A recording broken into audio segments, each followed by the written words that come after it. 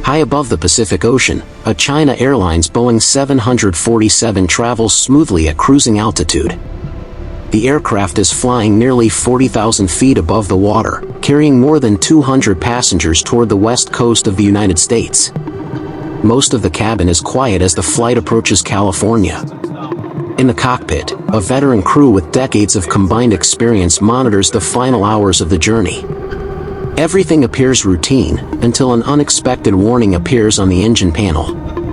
One of the 4 engines is not producing normal power. The flight engineer adjusts the controls, but the engine does not respond as expected. Moments later, the situation worsens. The engine loses power completely and shuts down. Flying with 3 engines is possible, but at this altitude the air is thin. Restarting the failed engine becomes difficult. As speed slowly decreases, the aircraft begins to drift to one side. The imbalance causes the jet to roll gently at first, then more noticeably. The captain lowers the nose, hoping to gain speed, but the aircraft continues to lose stability. Soon, the turn becomes a dangerous bank. The autopilot is disconnected, and the captain takes manual control. But thick cloud surrounds the plane, blocking any visual reference to the horizon. Instruments that should help orient the aircraft provide confusing information. Within minutes, the aircraft loses lift. The massive jet stalls. Suddenly, the plane rolls inverted and plunges downward toward the ocean.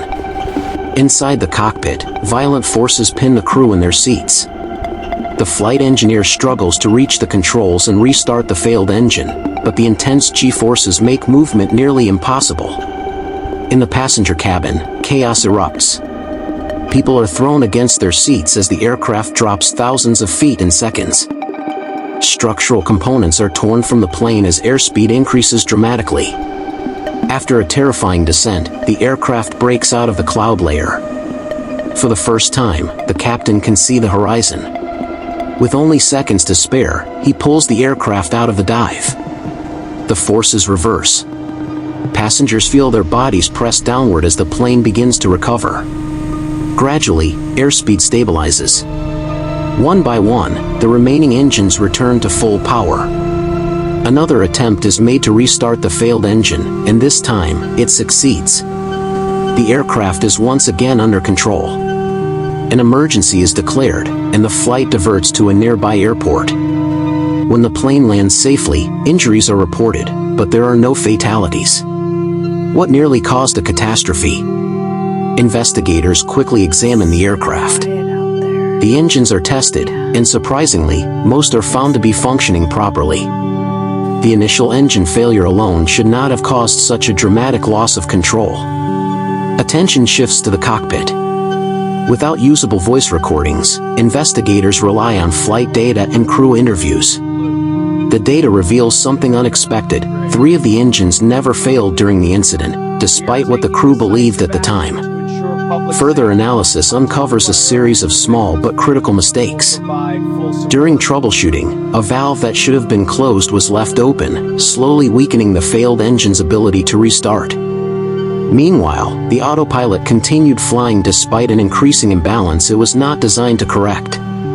When manual control was finally taken, the aircraft was already near its limits. In the chaos of the dive, engine throttles were pulled back, giving the impression that multiple engines had failed, when in fact, they were still operating.